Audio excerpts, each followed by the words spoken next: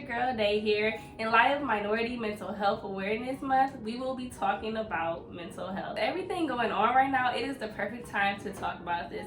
Joining me today is the beautiful Christin Leray. Make sure you follow her on her YouTube channel for motivation, tips, and lifestyle videos. So without further ado, let's just get into it. Mental illnesses are health conditions involving changes in behavior, thinking, and or emotions. According to the National Institution of Mental Health, 46.6 million Americans are dealing with mental health issues. Did you know that there is so many different type of mental illnesses? They range from mild, moderate to really severe, and depending on what spectrum you fall on, that is how urgent treatment is. And out of all the people in the world, not just America, 300 million people are going untreated for any mental health issue that they may have. The reason that we're talking about mental health is because a lot of people, like I said, are going untreated for this. And with COVID-19, protesting, rioting going on, people's mental is in, I don't want to say shambles. It's a lot to deal with. Yeah. It's to be expected. I remember when I was 14 years old, I was all in love, and those days, girl. Yeah, girl. I was in love, and the guy that I was dating, he actually stole money from my mom. Yeah, and I found out, and I was just, I didn't know how to take it, but because I was so wrapped up in the love that I had for him, which was really lust, I contemplated suicide. And I actually have a video on this, and I don't want to go too in depth, but long story short, my mental health was not where it needed to be, and I ended up going to a hospital. I was there for about a week. I didn't really have any contact with the outside world, so not really with my family or friends, but they did give me medicine, and I was on Zoloft. I started while I was in the hospital, and then when I got out, I was probably on Zoloft for a few years, and it was difficult, but mental health needs to be addressed. It definitely does. And I also had experiences where I felt that I needed to go see a therapist as well. After I had my son, I was so stressed. I had broken up with my child father. We was not getting along, and I was not getting any sleep whatsoever. And I only had 12 weeks of paid maternity leave, and then the next month I wasn't getting paid at all. But thank God for family and friends that was supporting me through all of that. So I did get an extra month, and I got to stay home with my child for 3 months. And then I just realized I need help. I cannot do all this. Something is not right. And I went to go see a therapist, and I thought I was really crazy, but she just told me I had adjustment disorder. But had I not gone and seen her, I probably would have been, it would have gotten really bad. And I'm glad that I did go get checked out when I did. So then she walked me through that, and I was able to adjust with the newness of being a mom, because it is a big adjustment of being a mom, and PTSD is real. I think that first, you made a great point of taking the first initiative of getting the help that you needed and knowing that help was out there, because I think a lot of people, there's this stigma that counseling it's a negative thing, and it's not beneficial, and we're just supposed to rough it out, talk to our friends, talk to our family, but going to professionals is what we need to do. Yeah, or do not let your pride get in the way. I have a degree in mental health, and if I let my pride get in the way, I studied this time, and at the time I was a children's behavioral case manager, so I was dealing with mental health all the time. And if I just let that get in the way and say, I'm going to deal with this by myself, because I was not okay, and I know I needed to get help. So do not let your pride get in the way from receiving help that you need. If you need help, please seek help. Yeah. And I never really experienced meds. Can you tell them more about that? Medicine, yes. Yeah. So I remember it was a crazy transition being in a hospital, but they actually woke me up in the middle of the night, and they gave me a shot. There was literally no warning, literally just waking up to somebody poking your arm. That was really scary. Why did they feel you needed to do that? They put all the children on medicine for thinking about killing ourselves in plainest terms. So I think they're in order to get you stable, we need to change whatever's Your going on. moods and Exactly. stuff. Yeah. Okay. Yeah. Because it was like a chemical imbalance. Exactly. Yeah. Okay. Professional terms. Yeah, there most definitely was an imbalance, and I took Zoloft, like I said, for about 2 years. But it was definitely a transition. The most medicine that I ever took was cramp medicine. Some Motrin, exactly. So taking prescribed medicine was just like, and having a certain time that I had to take it. I always had to take it at like 8 p.m. every single day. My friends would come over for sleepovers and they'd be like, oh, you're taking medicine? So even that was a transition for me, because I'm already thinking that I'm crazy because I wanted to end my life.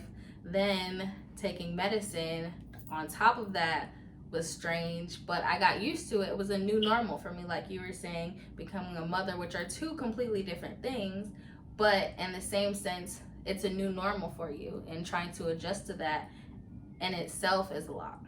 Yeah, I think that's where a lot of mental health offsets from. When new things happen in your life that you're not ready for, such as grief, or a breakup, or graduating college. Yeah, all of those can offset your mental health. So that's how normal it is. So that's why you definitely should be monitoring your mental health. Yeah, it's very beneficial. What really helped me besides taking medicine was going to counseling on a regular basis. I think I went about once a week, and at first it was very weird because I was like, I don't know you, you don't know me, and trying to go in depth on what I'm feeling when I don't really know what I'm feeling was hard to really talk through.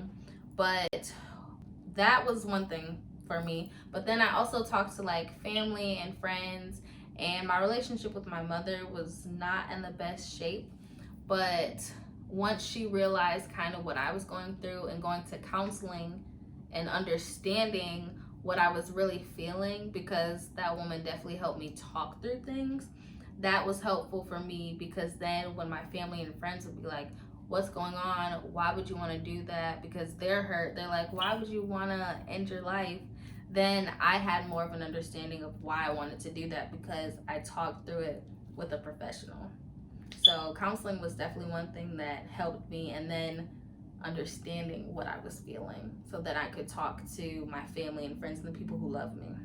Mm-hmm. So piggyback off of understanding how you're feeling. Yeah. Actually, I feel like what therapy does, you feel understood. So that actually helped me feel a lot better, knowing that I wasn't alone in the situation, knowing that there are other people out there that have the same feelings that I do, or experiencing different emotions, depression, adjusting, anxiety from being a mom, or whatever else you're going through. Everybody's not the same, but just knowing that somebody understood me and that I wasn't alone, that helped me a lot. And apart from my relationship with God, counseling and having a Black therapist who could relate and understood my situation, that was amazing. I loved her because she wasn't just talking to me like a professional. She was like, girl, like this, that, like she gets it. Yeah, making it personal. Right. That definitely helps. Yes, and it was like on regular terms. She wasn't like speaking like all this professional jargon at me, and I didn't know what she was talking about, even though I probably would have understood just because of my background.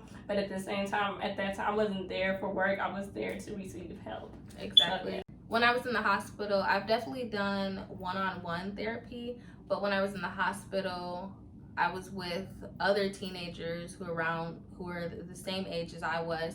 So hearing their experiences, to piggyback off of what we were both saying, that helped me feel understood, because I was like, okay, I'm not the only one alone. I'm not the only one who's feeling like there's just no way out of my situation.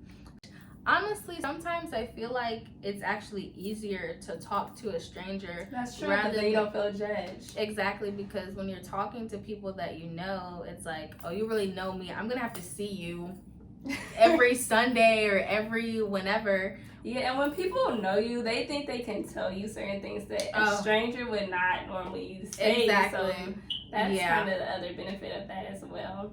Yeah. So what are some other things that helped you get through that time period of your life? So you said counseling. Counseling, talk. Another big thing that helped me then and still helps me today is journaling. Yes, I love journaling. Yeah. That is awesome. Yeah, journaling is definitely one thing that gets me through. I haven't journaled in a while, not gonna lie to y'all, but honestly, when you journal, it's really awesome to see how, I'm Christian, so the testimony that comes through it, but just seeing where you came from, because like I said, I was 14 years old when I was dealing with depression. Now I'm 22 years old, and I feel like I've done a complete 360. Like, I'm not the same person, but it's awesome to be able to look in your journal and just be like, wow, I was here 8 months ago, but look at the progress.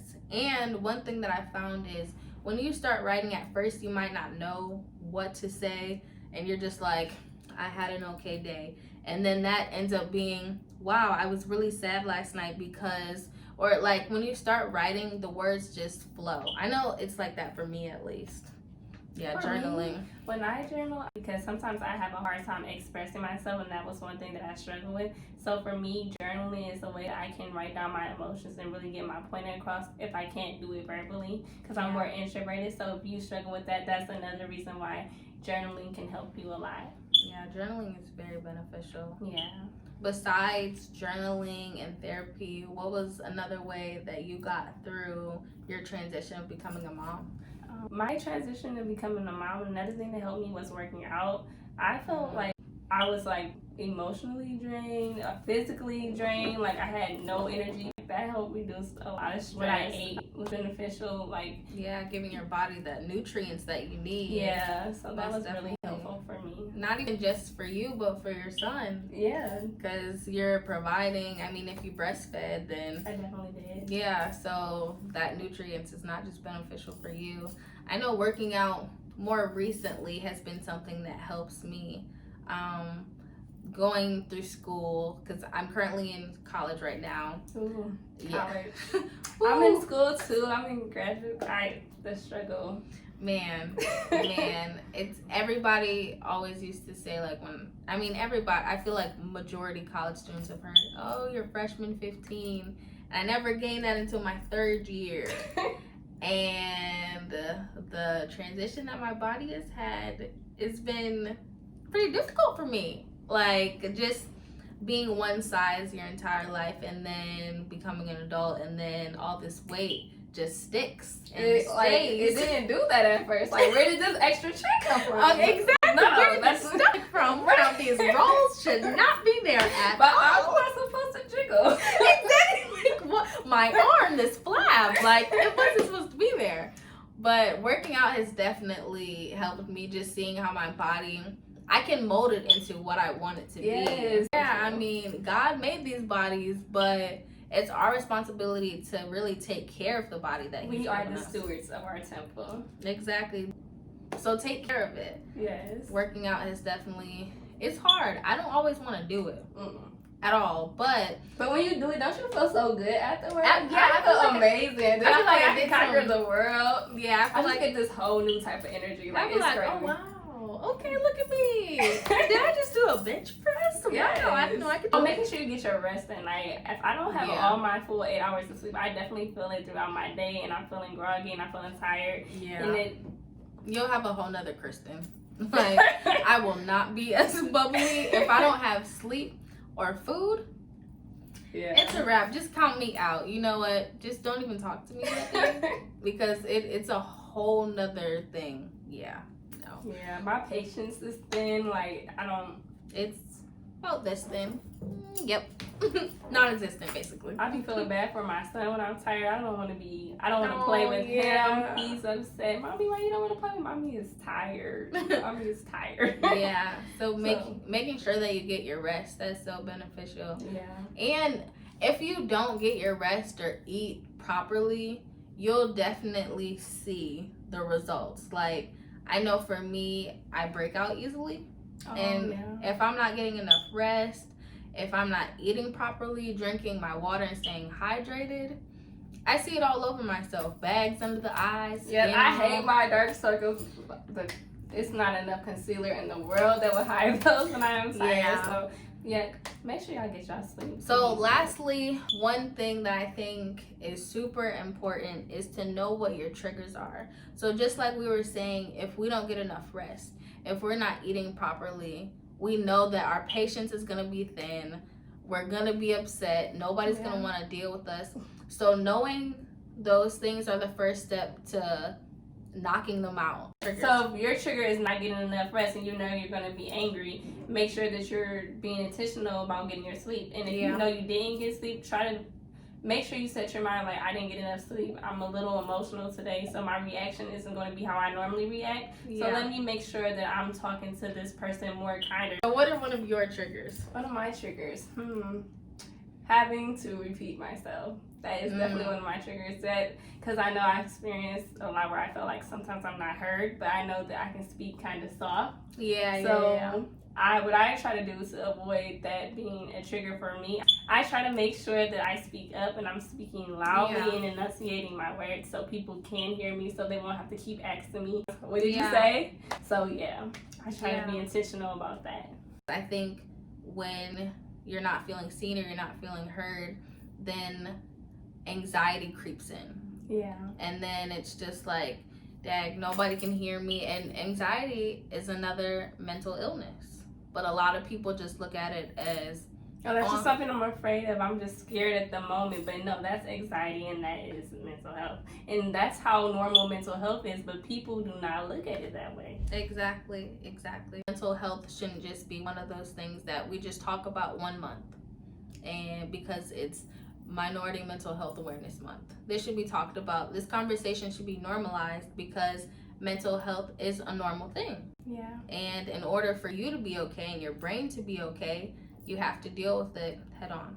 And mental health doesn't care how you look, your age, how much money you have, how many degrees you have. It does not care at all. So it can affect anybody, and it does affect everybody. So just be cognizant of that. And know that if you're not okay, it is okay, and it will be okay. I like that. All right, thank you for watching. Thank you, guys.